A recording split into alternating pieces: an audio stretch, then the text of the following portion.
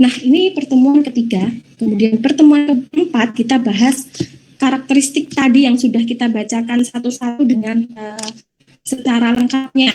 Misalnya tadi karakteristik pertama itu kesepadanan ya dan kesatuan gagasan. Bagaimana ciri-cirinya? Nah, ciri-cirinya adalah keseimbangan antara gagasan dan struktur bahasa yang digunakan. Kemudian minimal ada subjek ya. Kemudian bisa saja ada kejelasan unsur. Kalau misalnya SPOK itu ada kejelasan unsurnya dalam penggunaan kata hubung. Lalu kemudian selanjutnya karena kayak ditabrak orang mati itu enggak ikuti ditabrak orang kemudian mati misalnya. Oke, nah jadi kan jelas kucing itu ditabrak orang kemudian kucingnya mati misalnya. Kemudian ke depan atau preposisi di depan subjek karena akan mengaburkan subjek dalam kalimat tersebut.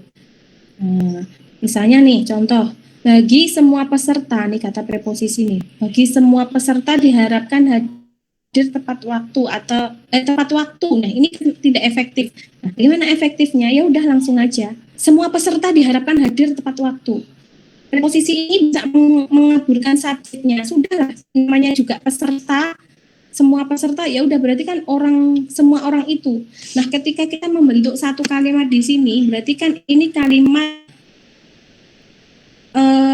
himbauan ya, himbauan langsung saja memang kita mengajak orang tepat waktu. Jadi ya sudah semua peserta, tidak usah ditambahkan preposisi bagi misalnya. Kemudian tidak menggunakan konjungsi yang di depan predikat. Ini sudah Bu Maya sampaikan tadi ya. Nah, cukup saja ayah mengantar. Kemudian memilih subjek ganda.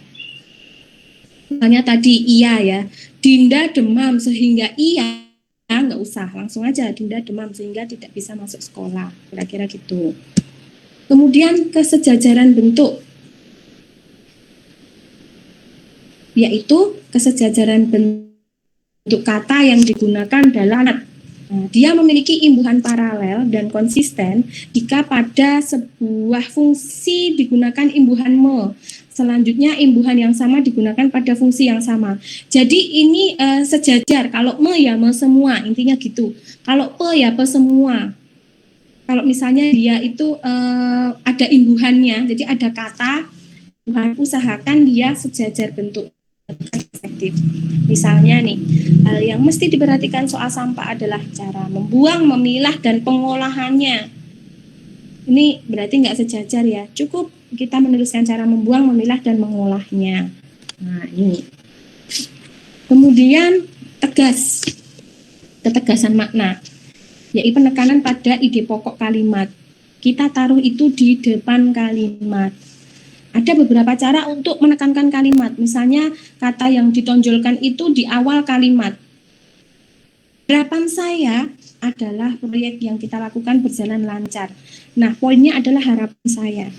Atau kita membuat urutan kata yang bertahap. Misalnya bukan hanya 1, 2, 3. Nah, ini berarti ditaruh di depannya.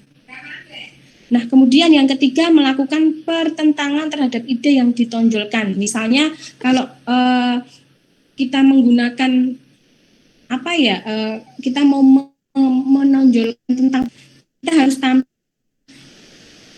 yang menentang itu. Kalau tidak, tetapi Rani itu tidak cerewet, tetapi pendiam. Berarti kan dia ada dua kata atau dua ide yang berlawanan.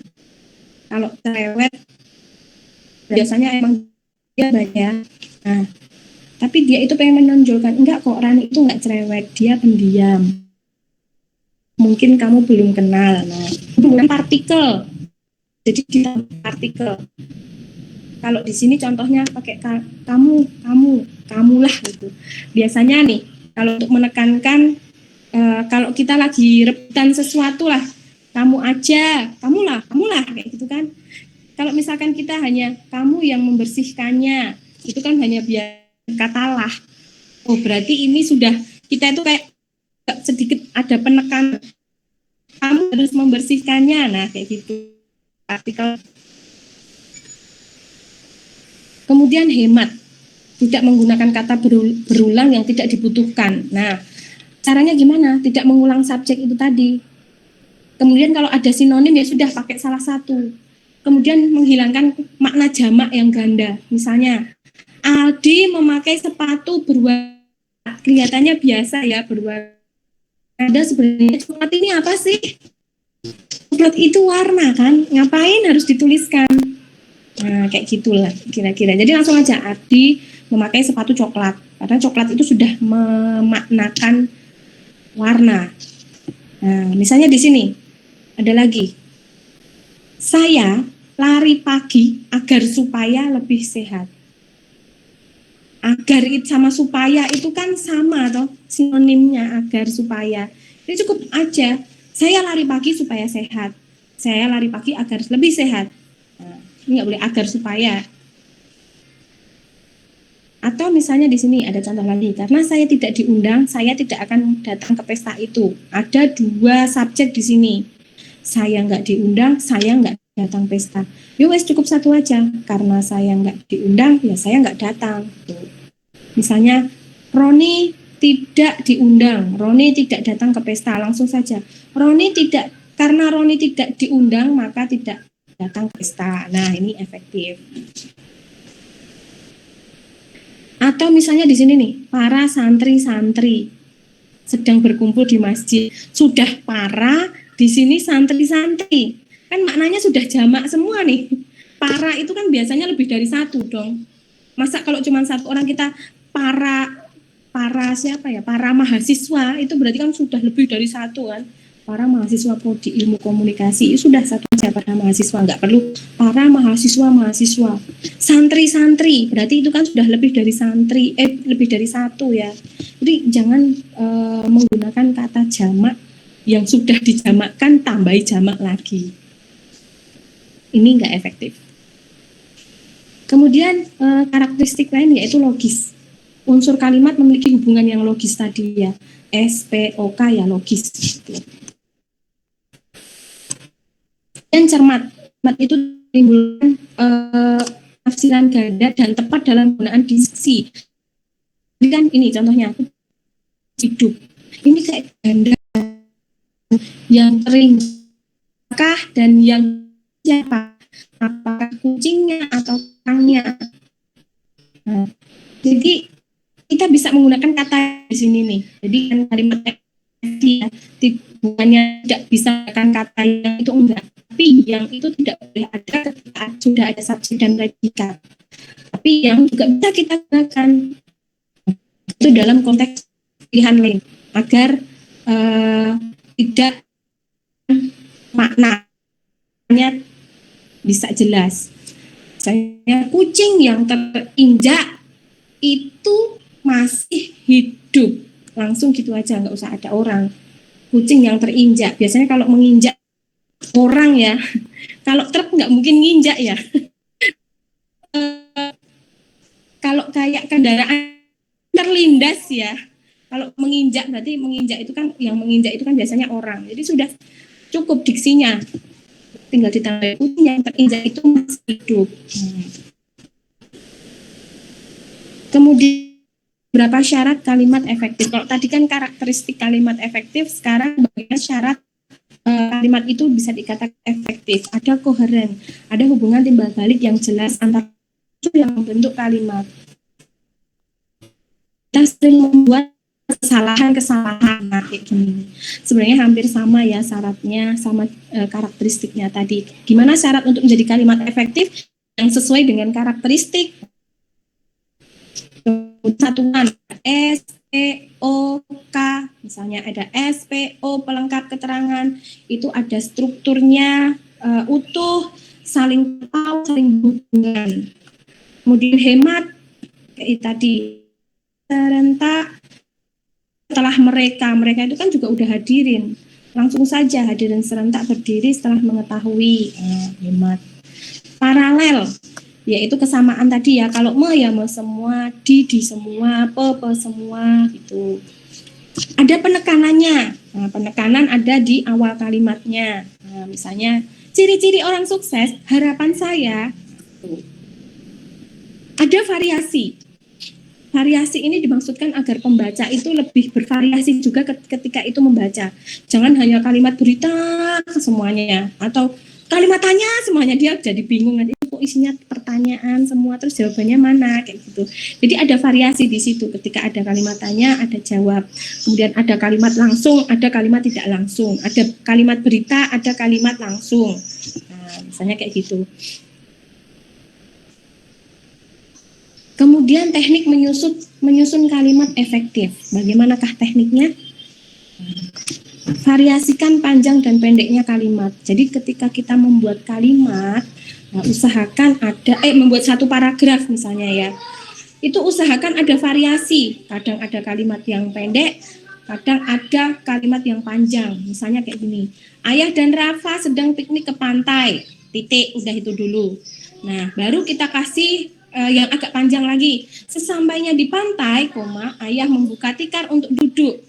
Setelah itu baru kalimat yang panjang, Rafa pun segera berlari dan sebagainya. Jadi ketika kita sebagai pembaca itu membaca tulisan atau dalam paragraf, ada variasinya.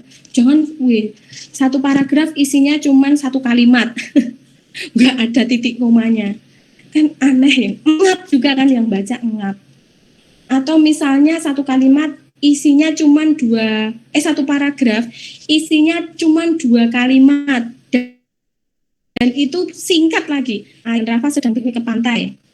Titik. Terus ayah membuka tikar untuk duduk. Udah gitu aja kan aneh juga ya. Jadi usahakan itu bervariasi. Jadi ada yang pendek, ada yang panjang. Kemudian kalau kalimat panjang itu berikan tanda baca yang jelas, misalkan titik, komanya, atau tanda tanya, tanda serunya, kira-kira gitu. Nah, selain mengkombinasi kalimatnya, nah itu juga bisa mengkombinasi jenisnya. Bisa dengan kalimat langsung atau kalimat tidak langsung. Misalnya kayak tadi. Pertamanya kalimat langsung dulu. Aku tidak mau sarapan nasi goreng, ujar Andi. Nah, kemudian nanti di bawahnya Andi mengatakan dia tidak mau sarapan nasi goreng karena bla bla bla bla. Nah, ini pertamanya statement Andi secara langsung dulu, baru nanti kalimat tidak langsungnya menjelaskan kenapa sih Andi tadi ngomong kayak gitu. Nah, itu bisa. Nah, kemudian kalimat efektif itu diusahakan hendaknya berdiri sendiri. Misalnya, berdasarkan informasi terbaru yang diperoleh dari sebuah harian ibu kota. Ini kita tidak bisa katakan itu kalimat efektif. Karena apa? Di sini cuma dikatakan informasi terbaru. Kan pasti akan ada selanjutnya apa lah, informasinya apa. Ya kan? Jadi nanti dia harus membutuhkan kalimat lain yang menjadi penyertanya. Ini berarti masih ada lanjutannya dong, karena nggak jelas informasinya apa. Nah, bagaimana efektifnya? Ya diberikan, jadi dia bisa berdiri sendiri tanpa membutuhkan penjelasan dari kalimat lain.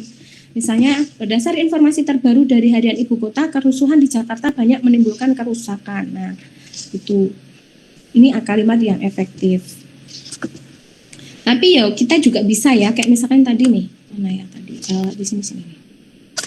Ayah dan Rafa sedang piknik ke pantai. Oh, kalau ini bisa berdiri sendiri ya, jelas kok. Ini ayah dan Rafa sedang piknik ke pantai. Ini misalnya kayak gini lah. Ayah dan Rafa sedang melakukan sesuatu, misalnya kayak gitu. Nah, ini bisa dikatakan, kita bisa menulis paragraf yang seperti itu. Tapi apa ayah dan Rafa tidak bisa kita katakan sebagai kalimat efektif. Karena dia membutuhkan kalimat selanjutnya untuk menjelaskan dari kalimat menjelaskan sesuatu itu tadi. Kalau misalnya efektif ya langsung saja ayah dan Rafa sedang piknik ke pantai karena jelas sesuatunya itu ngapain? Oh, piknik ke pantai. Nah, kira-kira gitu. Nah, kemudian hindari kalimat yang beranak pinak. Contohnya nih, aku baru saja pergi ke pasar untuk membeli sejumlah belanjaan seperti sayur mayur, daging, ikan, cabai, dan garam, dan membeli peralatan dapur lainnya seperti sendok, gelas, piring, di samping pergi ke tukang jahit untuk, ya Allah ini kan panjang ya beranak pinak. Padahal sebenarnya ada 3 aktivitas di sini. Yang pertama, aku pergi ke pasar, ya kan, untuk beli belanjaan. Terus aku pergi ke pasar membeli peralatan dapur. Terus aku pergi ke pasar untuk pergi ke tukang jahit. Nah, ada 3 pekerjaan di sini. Nah, ini terus kemudian dijadikan satu kalimat yang beranak pinak.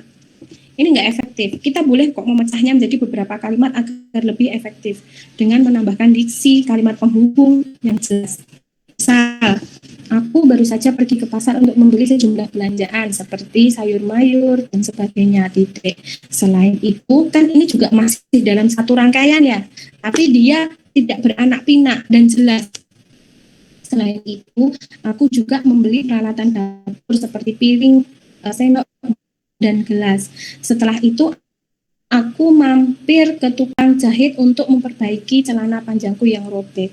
Jadi ada 3 aktivitas yang dilakukan dalam satu waktu di situ. Kalau memang panjang, potong kalimatnya agar maknanya lebih jelas. Tuh.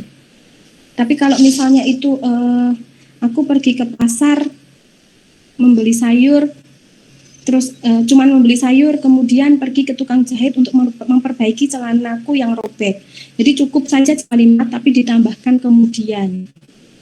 Nah, atau selain itu aku pergi ke pasar untuk membeli sayur mayur. Selain itu aku juga pergi ke swalayan untuk membeli, atau aku juga pergi ke aku pergi ke pasar membeli sayur.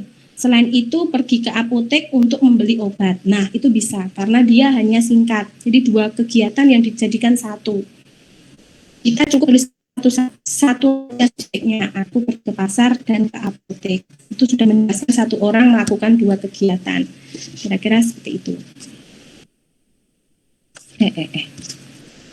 Kemudian kombinasikan jenis kalimat yang digunakan. Ini ya tadi hampir sama dengan karakteristik. Jadi ada kalimat tanya, kalimat langsung dalam satu paragraf agar tulisan kita itu lebih enak dibaca, lebih hidup dan lebih kalau dibaca tuh nggak bikin bosen lah.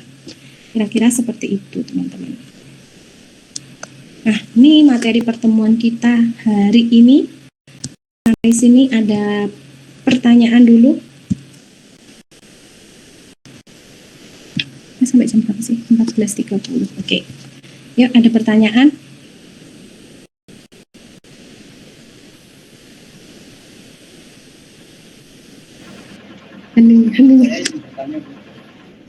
Oke, silahkan siapa ya? Farid Hamam. Siapa? Farid ya? Iya. Oke. Oh, Farid Hamam. Oke, Farid, silahkan Farid. Bagaimana cara membedakan kalimat majemuk bertingkat dengan kalimat majemuk setara? Apakah bisa dari konsumsinya? Bagaimana cara membedakan kalimat majemuk setara dan kalimat majemuk bertingkat ya? Betul nggak? Iya, Bu. Iya, Bu. Oke. Nah, ini kita lihat dari ini tadi ya, kalimatnya itu tadi, dia sama-sama memiliki 2 klausa kan. Kalau yang setara itu dia hubungannya setara. Misalnya kayak tadi Bu Maya sampaikannya apa enggak?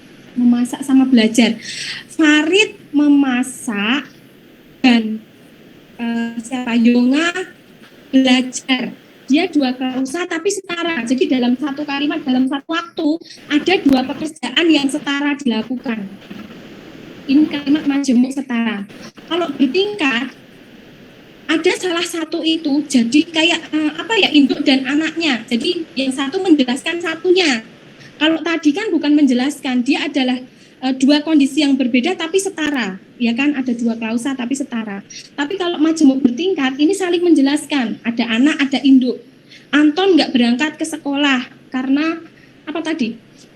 Sakit apa ya? Sakit gigi kalau nggak salah. Anton nggak berangkat ke sekolah karena sakit gigi. Nah, di sini induk kalimatnya kan nggak sekolah, anaknya sakit gigi. Jadi Anton itu nggak berangkat sekolah ya karena apa? Karena dia sakit gigi.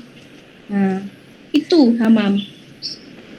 Jadi dalam satu kalimat ada dua klausa, tapi ketika itu sejajar, dia kondisinya sama, ada dua kegiatan dilakukan bersama-sama, nah ini majemuk setara. Tapi kalau ada dalam satu kalimat, ada dua klausa, tapi dia bertingkat, ada dua kondisi yang saling menjelaskan. Karena sakit gigi, nggak ke sekolah sakit gigi. Nah dia kan bukan nggak setara ya itu, tapi sebab akibat. Oh dia nggak berangkat ke sekolah karena sakit gigi. Itu ya Hamam. Ya baik Bu, terima kasih. Oke, ada yang lain?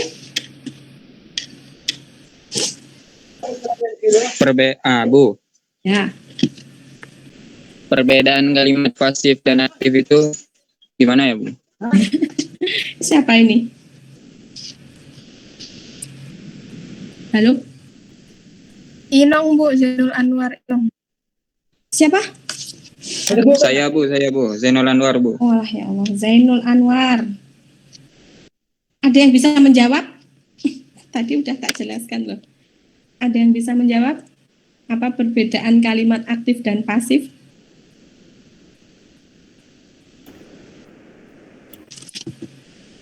Ayo.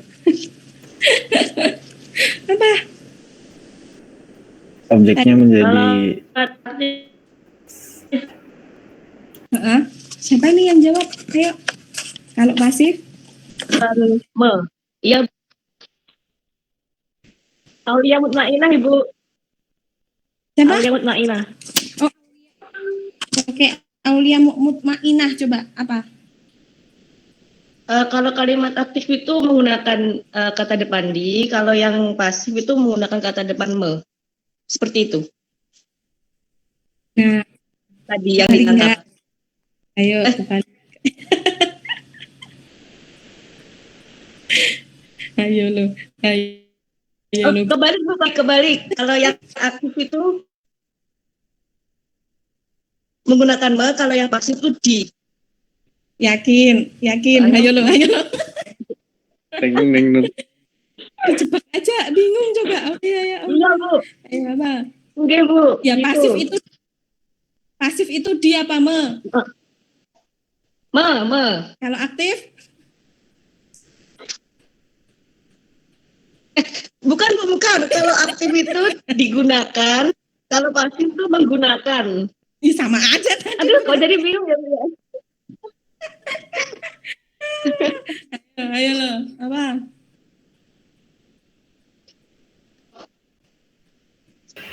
Kalau aktif itu menggunakan, kalau pasif Bu. pakainya kalau aktif.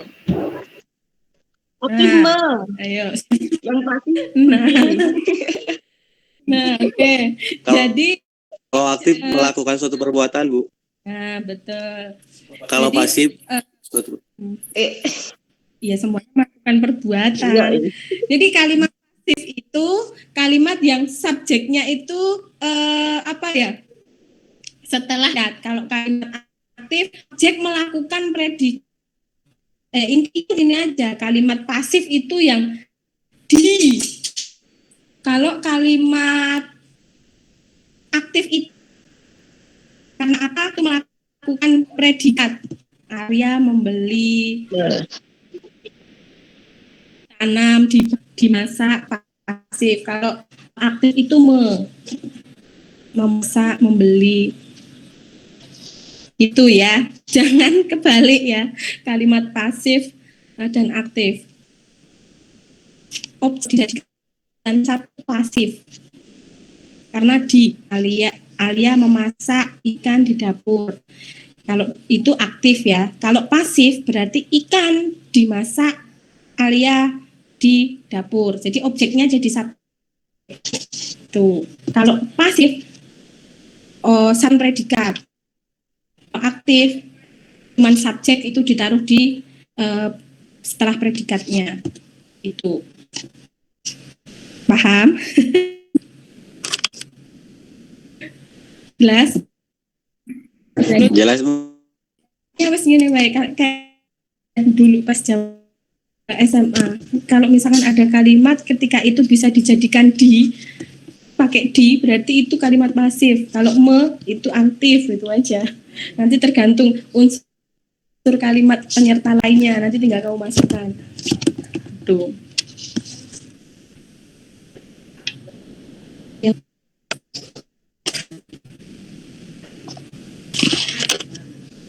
Tadi itu kalau kalimat majemuk bertingkat itu berarti di dalam kalimatnya itu terdapat sebab dan akibat ya Bu ya?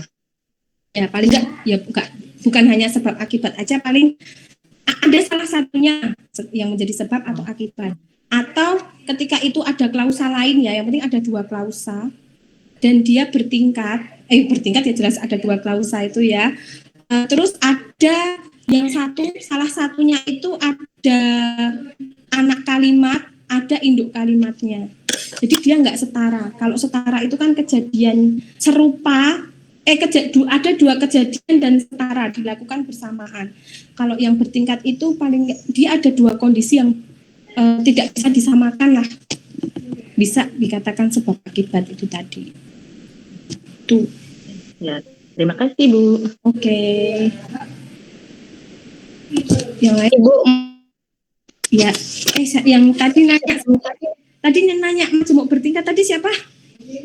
Aulia Mutmainah Awal, Bu. Bu. Oh, Aulia lagi udah. Oke, yuk siapa lagi tadi? Riefta Bu, mau tanya. Siapa?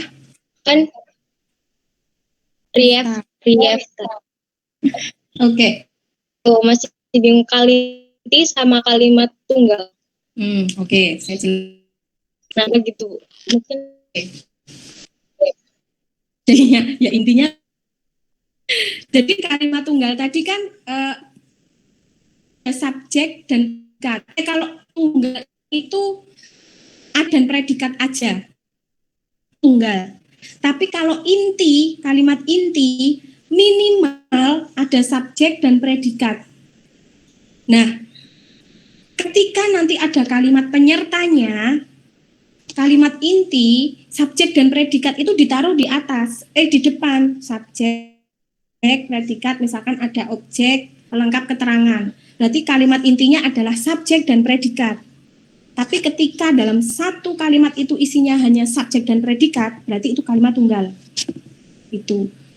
Tapi ketika itu misalnya ya cuman Alia memasak, itu bisa dikatakan kalimat tunggal, yaitu kalimat inti. Inti dari kalimat itu apa? Alia memasak. Yang itu juga merupakan kalimat tunggal. Tapi ketika Alia memasak nasi, lele, pecel, dan lain-lain, kalimat intinya adalah Alia memasak. Pelengkapnya apa? Lele, nasi, dan lain-lain. Itu. Oke. makasih Bu. Oke. Bu, saya mau bertanya. Siapa? Bu, Pak Irfan mau tanya. Siapa sih ini yang ngomong tuh kan nggak ada pergerakan mikrofonnya? Siapa ya? Zulfa, Bu. Zulfa. Oh iya. Oke, yuk lanjut. Zulfa. Oh, Allah. Aduh, ini susahnya kalau pakai Faiz Zulfa. Faiz Zulfa ya? Ya nggak sih? Iya, Bu. Faiz Zulfa. Ayo Zulfa, malah kemana tadi?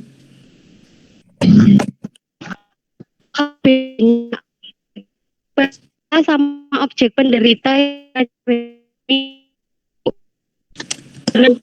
Suaranya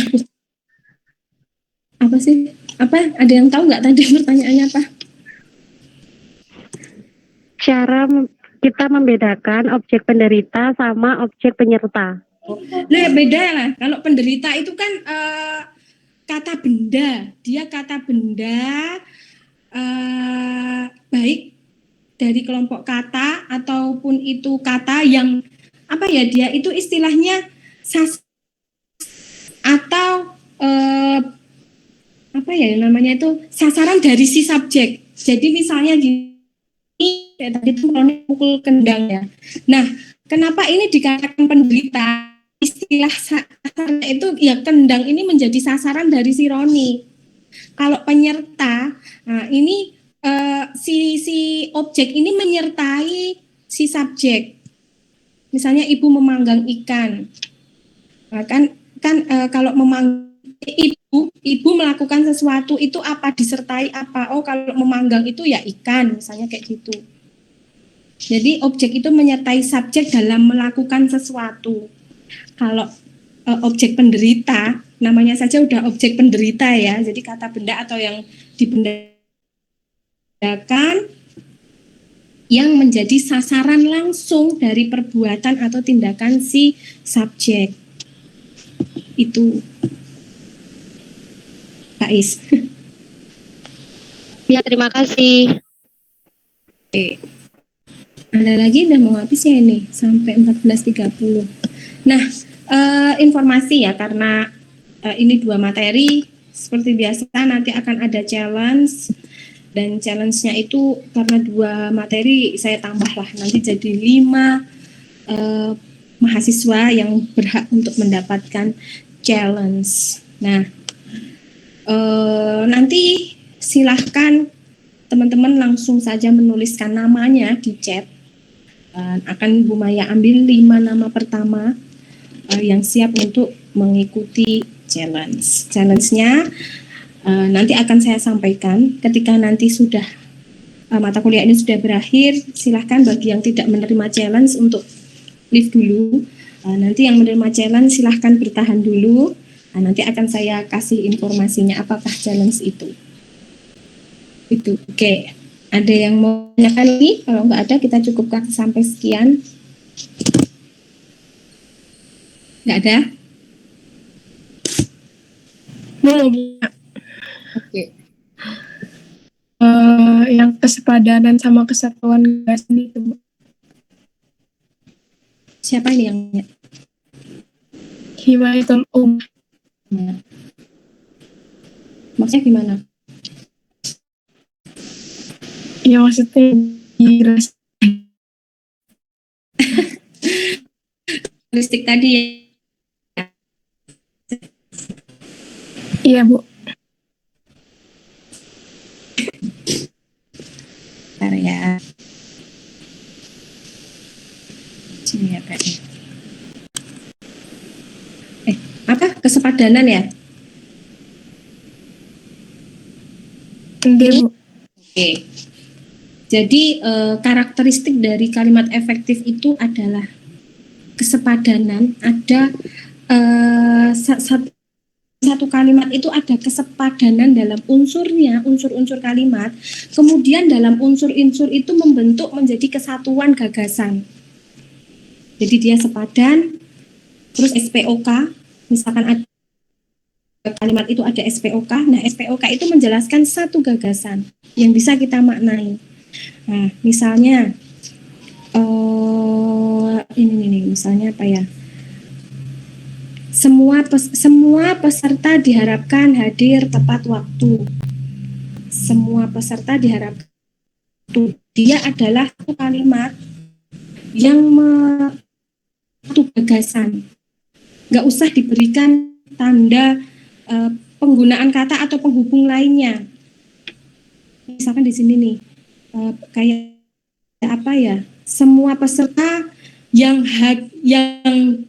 semua peserta yang hadir diharapkan datang tepat waktu, misalnya kayak gitu.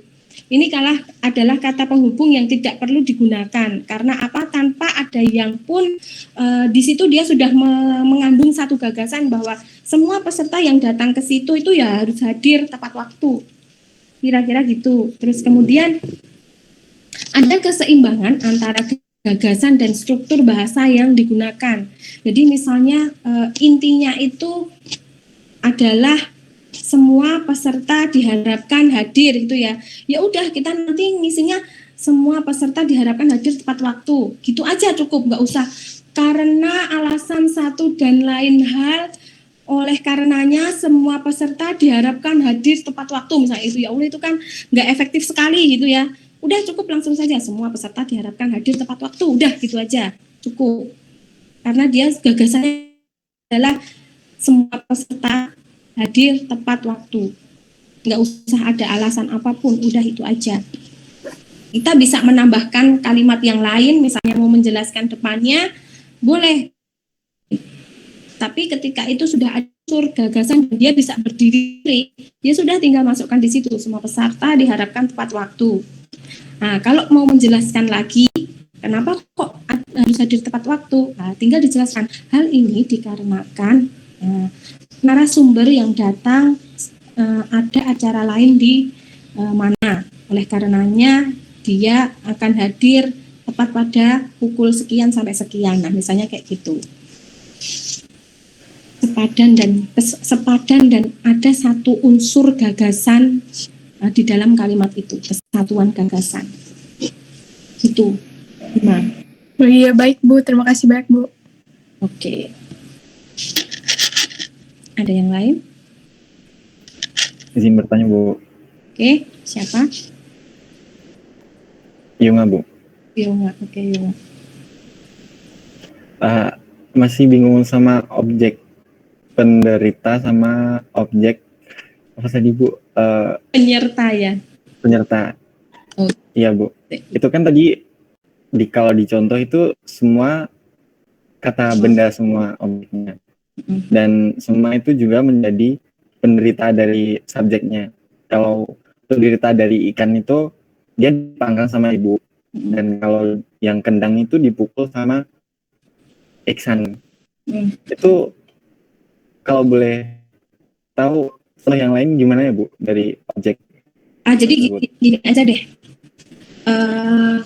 Paling enggak kalau penderita itu adalah kata benda. Jadi yang menderita itu adalah kata benda, yang menjadi objek penderitanya itu adalah kata benda. Ya misalnya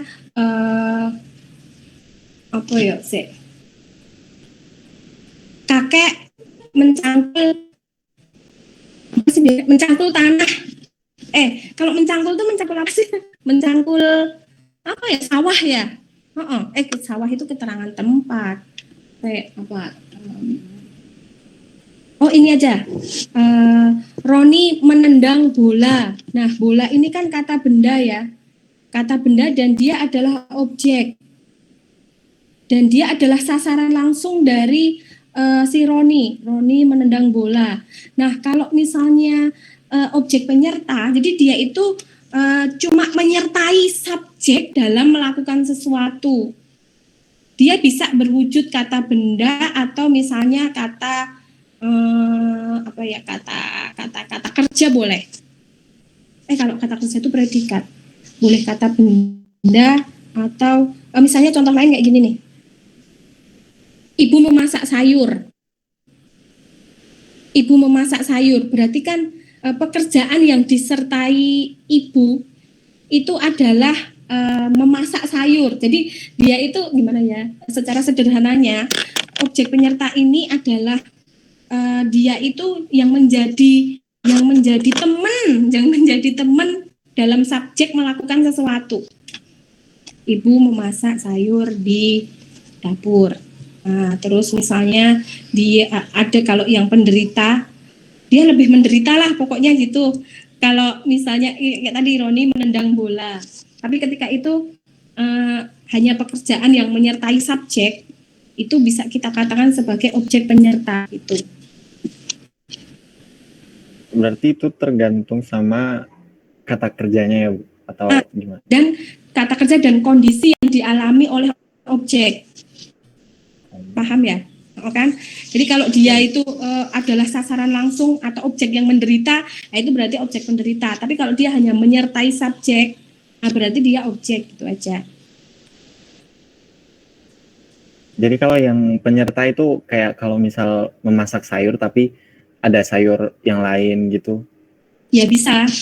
Ibu memasak sayur sop gitu ya berarti objeknya tetap aja sayur sop. Oh iya Bu. Dia penyerta. Makasih Bu.